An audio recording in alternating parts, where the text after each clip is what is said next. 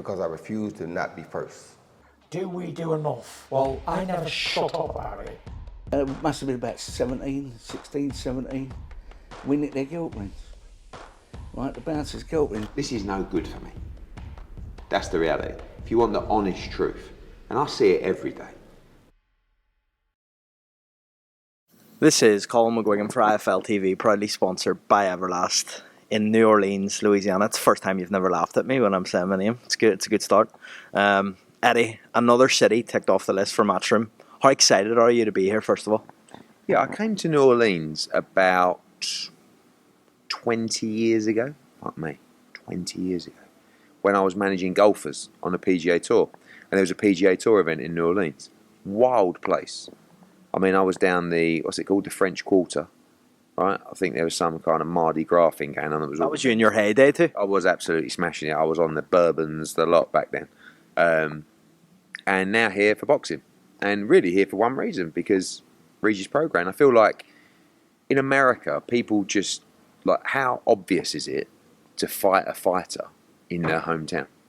I mean, you've got a world champion in one of the most illustrious divisions in boxing right now, who may beat them all. Bring him home. You know, we had 5 weeks off or whatever it is. We're going to have a good crowd in there on Saturday. This is how you build the foundations to bring something big here. And like anything, they don't have boxing here of any note, especially not world championship boxing, especially not the potential for mega fights. So I'm excited. Great response. Regis has been fantastic in the build-up. I think he's loved the promotion. I think it'll be a good fight. Everyone expecting him to drill Zorilla, but he's game, and I think it'll be a good fight. I spoke to Regis yesterday about the decision to sign with you in Matchroom. He said something stuck to him whenever you flew to him in Houston, and Todd DeBoof, for example, at Top Rank, made him fly to Las Vegas, and he said that was a sticking point for him. Why do you believe that Matchroom's the best place for Regis Prograis? I said to him, you know, I always feel like you need to get face-to-face with someone, right? You can speak to someone over the phone, you can WhatsApp them, but there's nothing quite like being next to someone, looking them in the eye. And regardless of what people think, like, we, as a business, we tell the truth, right? And I'll sometimes shock fighters with what I'll tell them. And that night, I flew into Houston, and it was a ball ache for me to fly into Houston. I'm not going to lie. Like, I had to move a lot of things around. But I wanted to sign Regis Prograis. Fighters are genuine people. They appreciate that kind of effort. And when I flew into Houston, we went for dinner. And he told me about his offers. And I said to him, I said, I don't think it's a bad move for you going to Top Rank. And he was like, you know, and I said, I think you should come with us. And I will do everything I can to give you the best service and the best promotion, and you'll be one of our top boys in America. But Top Rank's a good company. They've got some good fights for you, and if you decide to go that way, I wish you all the best, my friend. And they weren't playing me, but it was definitely that kind of meeting where it was like, you know. And at the end of the night, I just said to him, guys, I really want Regis Prograis to be a part of Matchroom. You know, I'll have you back. I'll pay you a lot of money. I'll make the biggest fights I can. But if you don't, and you go elsewhere, I wish you all the best. God bless. And it was like that. And when I left, I thought, he's not going to sign with us. He's had bigger offers from Top Rank, you know. And when he came back and said, I want to be with Eddie, and I want to be with Matchroom, it meant a lot. And that kind of decision makes me feel very responsible for what I have to do for his career. Do you know what I'm saying? Like, I have to deliver for Regis Prograis because I gave him my word, and I told him what we were going to do, and now I have to do it. The first thing I said, I want to keep you active, and I want to box you in New Orleans. 1 week later, he's fighting in 6 weeks' time, and he's fighting in New Orleans. God willing, he beats Zorilla on Saturday. We move forward. He goes again in September, October. Right? It's called momentum, something that doesn't really exist in US boxing.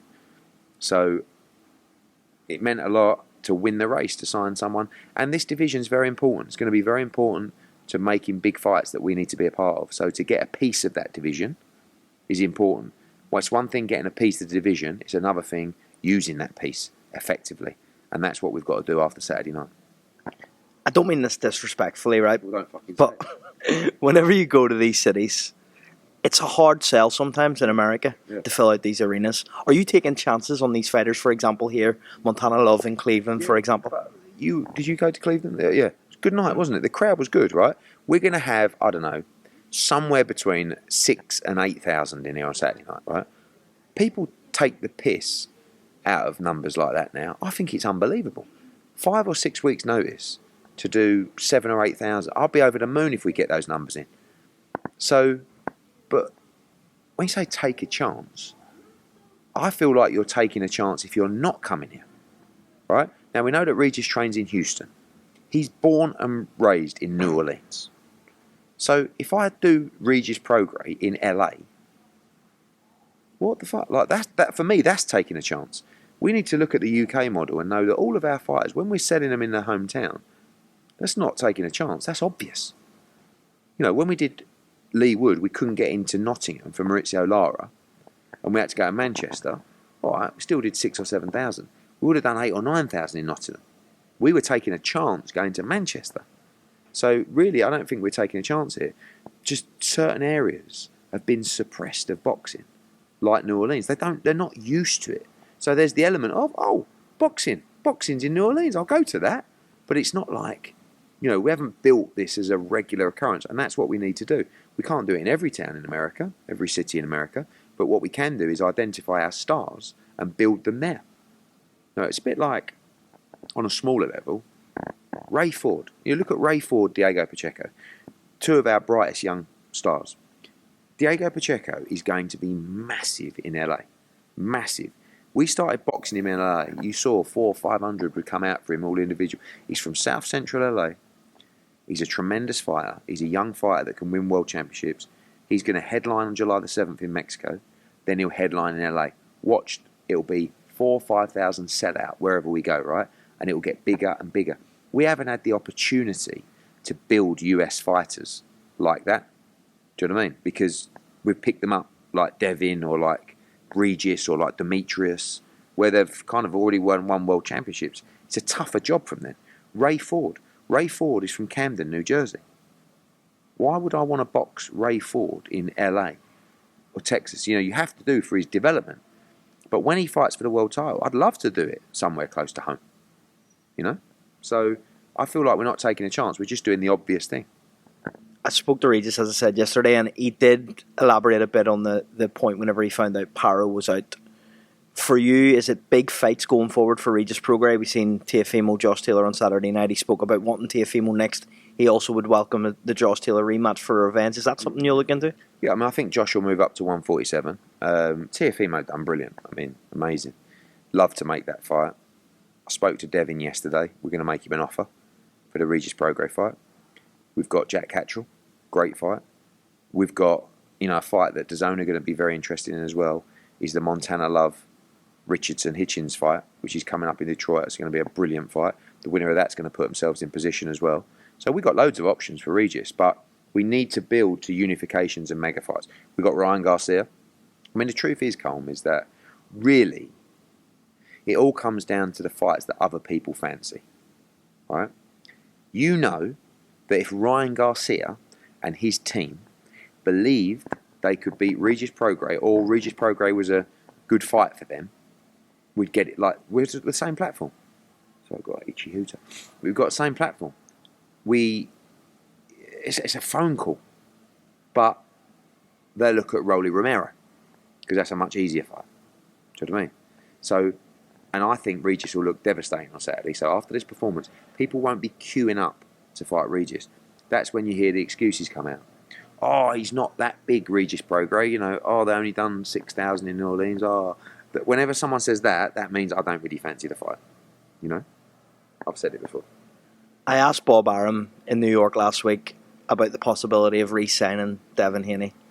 He told me that he feels like a deal would be close, and he's very close with Bill Haney. Have you spoke to Devin about signing with you, or do you envisage him staying in his own promotion? I'll say I'm not interested and bothered on signing Devin. Love to work with Devin again. I'm interested in him fighting Regis Prograis. Regis Prograis is my fighter. He's my priority at the moment. Devin Haney says to me he thinks he won't mind me saying it, he thinks Regis Prograis is not an easy fight for him, but he thinks, I love that fight, I'll win that fight, I'll become a 2-division champion. And if that's the case, we will make him an offer next week, and we will see if he wants to take that. I ain't bothered about tying him up to the network, putting him on a 5-year deal, 5-fight deal. Just Devin. I know Devin is about legacy, history, and money. And if he wants to become a 2-division champion, you see, Devin's in a tough spot in the sense that his value is being undisputed. He can't keep making 135. If he wants to move up and become a champion automatically in a division that's going to be extremely lucrative for him, then I will provide him with that shot against Regis Prograis. But unfortunately for Mr. Haney, my guy right now is Regis Prograis. And I'm making that fight to beat Devin Haney. Do you think he can beat Devin Haney? Absolutely. I think Devin's an outstanding fighter. Like, yeah, listen, you'll never hear me speaking anything else about Devin, but Regis is a tremendous fighter. It's a great fight. It's a great fight. But I love the fight. And if Devin truly believes he can beat Regis Prograis, I think he'll take the fight. Because he can walk into, if he's that confident, he can become a champion at 140. And all of a sudden, you've got Tank, and if I'm top ranked right now, I'm looking at the options that I'm going to be offering Devin Haney. Number one, the Vasily Lomachenko rematch. Big fight now because of the controversy. Number two, Shakur Stevenson. Number three, Teofimo, but not really because they got no control over Teofimo. It's going to be wild, that is, right? So really, Devin's not going to want to fight Shakur, in my opinion, right now. I think he thinks he can beat him, but I don't think that fight's big enough for how difficult that is. So he has two options. He has Teofimo Lopez, which I don't think they can make, especially in time to give Devin a decision, or Vasily Lomachenko rematch. And if you take Lopez away, I don't think there are options that Bill Haney's going to fancy. So I'll provide them with options, and it's up to them. If they want to do a multi-fight deal, no problem. But I think if I'm Devin Haney right now, I'm fighting Regis Prograis on a 1-fight deal, and I'm owning my future. If you back yourself, do you back yourself, Devin? Devin, I know you're watching. It's a great fight, We've seen some comments from Dillian Whyte today. I don't know if you've seen them yet, saying that there's been no conversation with you, that we're 8 weeks away. Where are we at with this? So we spoke last night to his team and this morning. And I don't know. We've made an offer. They felt that offer was unacceptable. We may be too far out on the money to make that fight. We're looking at 2 other opponents for August 12th. The key for us, COLM, is if we can't make the Deontay Wilder fight, it's not that it has to be Dillian. AJ wants it to be. That's the fight he wanted. But if we've got the Wilder fight done, we can fight someone else from the top 15 on August 12th. If you still want a proper fight to prepare yourself for Deontay Wilder. But if we can't get the Wilder fight done, then we need a much bigger fight on August 12th. Or we look at Tyson Fury in September. Do you know what I mean? But I believe, and Frank spoke to the guys at Skills Challenge last night, that we're going to get that fight made with Wilder. So once we do that, August 12th, if we can't make a Dillian Whyte fight, then we take someone else in the top 15. I asked you a few months ago maybe about 6 weeks ago now, and you told me if AJ's fighting Wilder, he won't fight Dillian Whyte on August 12th. What's changed since then? AJ's desire to fight Dillian Whyte. For me, I think if you've got Deontay Wilder locked in for December, fighting Dillian Whyte on August the 12th is risky. Bear in mind the amount of money you're about to fight Deontay Wilder with. He and Derek James specifically requested Dillian Whyte. The issue is the money Dillian Whyte wants, the money AJ wants. The market is starting to change a little bit in general for boxing. And I don't think we can get to the number that Dillian wants for that fight, in all honesty. I think Dillian wants to fight. I think AJ wants to fight. But we may well run out of time. Is there a bit of an issue as well with Derek, obviously working so closely with Errol Spence, that fight's, 13, 14 days before? Yeah, no. I mean, AJ will be in camp with them. And when Derek goes to Vegas for that fight, I'm guessing AJ will fly home. Derek will be there for 5 days, and then he'll fly to London, presumably. So, no. How close are we to seeing the Wilder fight signed, sealed, delivered? Will Fury Usyk land on the same night, or are you of the opinion that it won't? I have no idea about the latter. Again, we had conversations with Skills Challenge last night. The contract is forthcoming. I know how they work. I believe them. I believe in everything they're telling us. And if they deliver everything they're telling us, I think we'll get it made. And if we can't get it made, then I think we should look at the Tyson Fury fight. But I saw John Fury's comments. I don't know. I don't think Tyson Fury's going to fight Alexander Usyk in Saudi in December. I really don't. What do you make of him calling out Francis Ngannou, John Jones yesterday? I mean,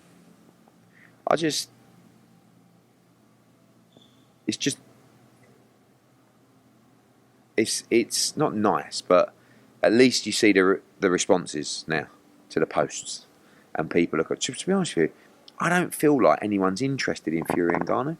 I think they want to see Fury Usyk or Fury AJ. And I think for AJ, you want to see AJ Fury or AJ Wilder ultimately. Which is the priority for AJ? AJ Fury or AJ Wilder?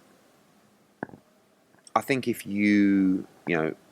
Fury has the belt, he'd love to fight him. But I will say as well, and I don't mind saying it, there is definitely a desire from AJ's team and Derek James to have this fight.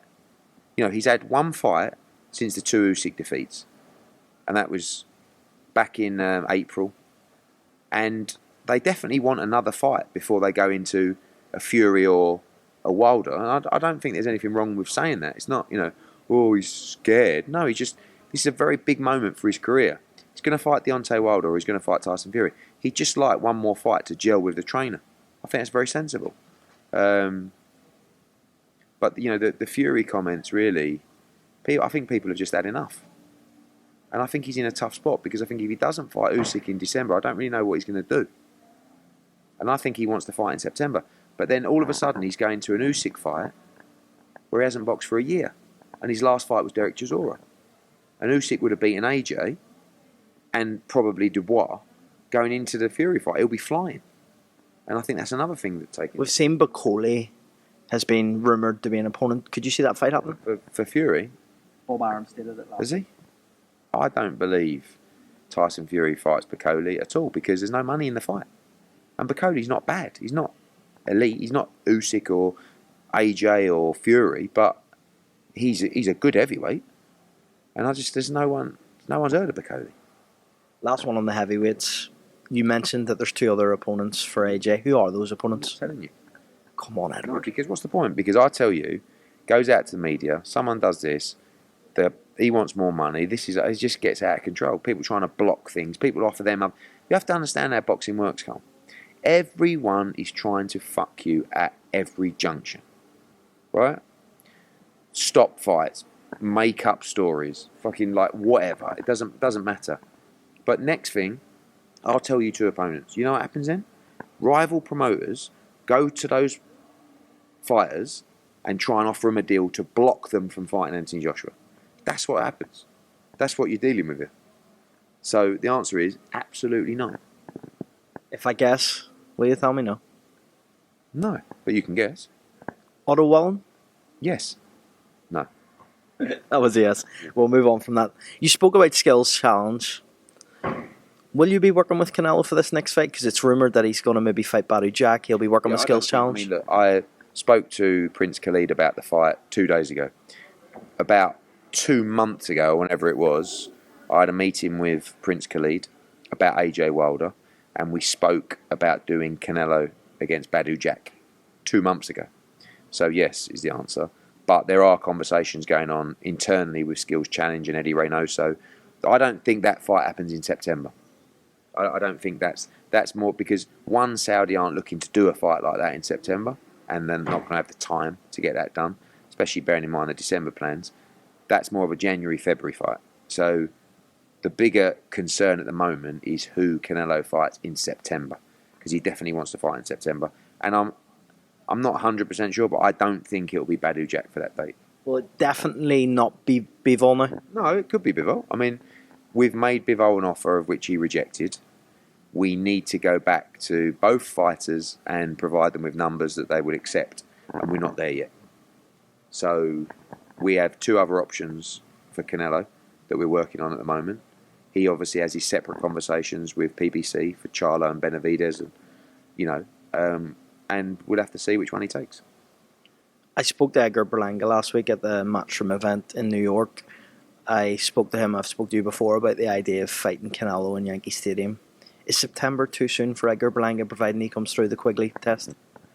I think the reality is, it would make more sense for Berlanga, if he can, beat Quigley, and then fight a Munguia or whoever that's going to be. I mean, Billy Joe Saunders was calling him out as well. It's a great fight.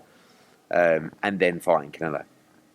But if he goes in and ices Quigley in a knockout of the year and Madison Square Garden erupts and he stands on a turnbuckle and says, let's fucking go, Cabrones, Canelo Alvarez, Puerto Rico v Mexico, I'll knock you out. I mean, I've seen smaller fights, but he needs a real start. I mean, again, I still feel like to have the ability to kind of call out that fight, if you like, you need another victory rather than just Quigley. But let's see how he looks next week. Ben Shalom made some comments about Liam Smith, Chris Eubank Jr. He said that that's the fight that he expects to happen next. What's your comments back to that? I don't know. I mean, we're still negotiating Eubank against Ben. Obviously, there's stuff happening with UKAD that's going to decide whether that fight can happen in the UK or Middle East. I don't know. I mean, it's not. You hear all sorts come, don't you? Like, I've heard that fight's not happening at all. Dates impossible. But you're still trying to make that fight, and more than likely, it's going to land in the Middle East. Is that correct? Quite possibly, yeah. But we're definitely trying to make that fight. In September? Yes. In terms of the UCAT situation, when will we hear a bit more about that? Any idea of a timeline? I don't know the exact time. I think certainly in the next 3 or 4 weeks. But again, it's Conor Benn's legal team dealing with UCAD. Hopefully we can get... I'd love to do that fight in the UK. It's massive. But everybody's got to be comfortable and happy. Don't forget, it's nearly a year and a half since Conor Benn last fought. And over a year now, I think, since the test. So we want an end to this, and hopefully that is imminent. I think wrongly yesterday in my interview with Frank, we spoke about Fraser Clark fighting in an 8-rounder. It's actually a 10-rounder. What do you make of that fight for Fraser Clark, and any kind of progress on the likelihood of seeing a Wardley Clark matchup next? Wardley Clark is finished in terms of, obviously, the board. He's pulled out of his position as mandatory. I think it'll be Adelaide now, which is a great fight. Whack is shot to bits, but he's still a lump, and he's still, I don't think there's anything wrong with the fight. I mean, I just let Frank Smith argue with all these other kids now, Shalom, and I just find it funny. I just watch Frank and Ben going at it, and like, what do I think? It's at your call. It's 800 people, probably 900 people. It's a headline fight on Sky. If I did that and put that show on, I'd be absolutely lynched. But that's the standards you expect from Eduardo Hearn. What can I say? Would you have went ahead with that fight with the fights that were called off? Would you have kept the card on? Yeah, when you keep a card on, you have to understand a lot of the things surrounding it. Number one, your broadcaster might still want a show. Number two, you've got a lot of fighters that you're obligated to get out. I've done it before when I've cancelled shows, and I haven't cancelled shows, and people have gone, why are you even still going that way? Because people need to eat. Yeah, people have done 8-9 week camps, and when you look at that card specifically, you've got to look at the situation and say, who is on that card? I mean, I think it's Fraser, Caroline Dubois. Easy fight, but she's a very good fighter, and that's it, isn't it? I don't know who else is on. Aaron McKenna's fighting Lima. Yeah. But not every show is, like. I think Fraser's also built a decent profile, and I think it's working out all right for Fraser. But yeah, you've just seen things go like that very quickly. At Sky? Yeah. Do you feel that since you've left Sky, you've went on the up and they've went on the decline? Oh, I think we've had some ups and downs as well. But if you look at what we were doing on Sky versus what you're seeing now, it's a car crash. That's the reality. I mean, we were doing, millions of buys a year on pay-per-view. I think they've only been able to do 3 pay-per-view events in 3 years this summer? 2 years this summer? 2 years this summer. And one of them was our fight, AJ. And the other one was Brooke Khan. And the other one was Smith against Eubank. So from a financial sense, it's been a disaster for them. But things change, and so it's just it's not. That's not having a go. I'm just saying, business changes, business goes like this, and it hasn't all been like that for us. Of course not. We've probably lost. I mean, when we lost Ben Eubank, that was a big blow for us. When we lost Dillian Whyte against Otto Wallin 2 weeks out, that was a blow for us. So everybody has ups and downs. But from when it started, that's why people now are going, oh, new low, Fraser Clark in an 8-rounder at York Hall. Look, that's an isolated event. But the reality is, Sky are trying, and that's important for boxing. And Ben is trying, and that's important for boxing. But when the tide goes out, you get to see who's swimming naked. And that's what happens in business over time. Anyone can come in for the first 3 or 4 months, spend money. We did it over here. Took us ages in America. Right now, we're in an unbelievable position in America. Got a great stable, we're hugely profitable, DAZN are flying with subscribers. Took us a long time.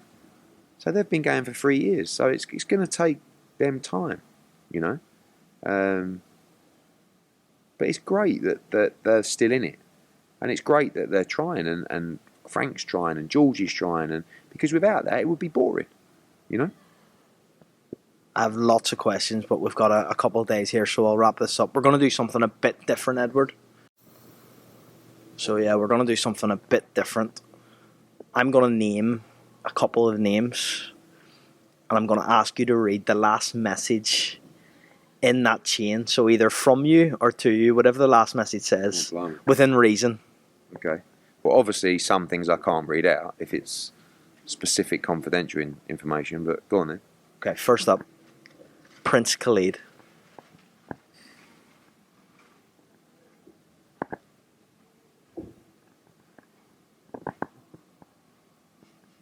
Prince Khalid.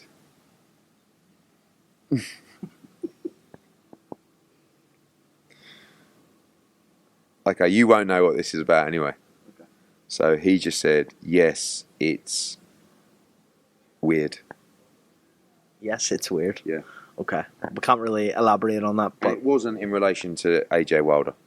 Wasn't? No, it was just a conversation about another division. Let's go next up, Derek Chisora. Oh my God.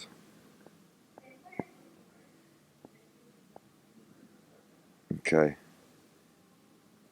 I see some that say done the Del Boy.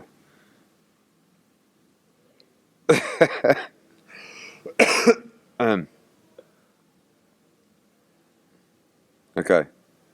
So this one, it goes big bosses. That's it. That's it? Yeah. Come on, you have to give us the one before that. Good morning. You look good. Derek Chisora. Because it was in response to that. Oh my god. Let me see if I can zoom in on that. Wow. Yeah. Right, next up. Fabio Wardley. Fabio Wardley. Okay. Fabio.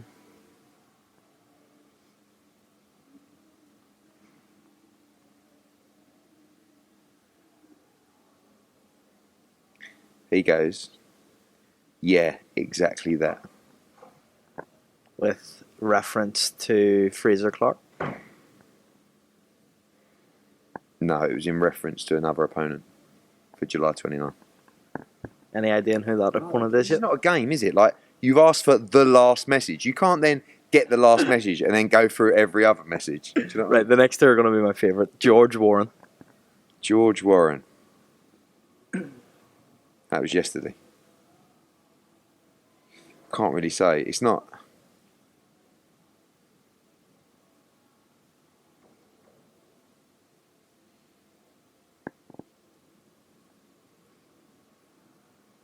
I mean, I won't read it all because it's not. It's nothing really like. But it's just I don't feel like, given our relationship, you know. He says, "Sorry about delay." Reply. We're running at Telford that night. That was it. Last one.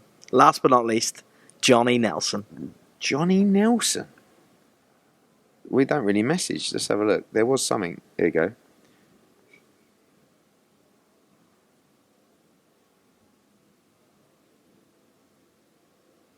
He goes, big thanks, Eddie. I'll remind Ray. Think he doesn't realise your dad had his number. See you soon. And that was in relation to me saying...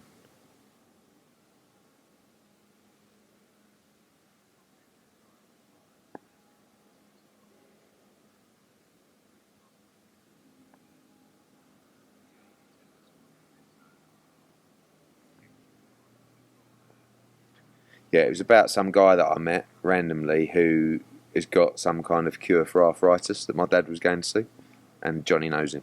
So that was slightly random. But The Eddie Hearn exclusive. Eddie, we'll catch up tomorrow. Really appreciate your time. Thank you. Cheers.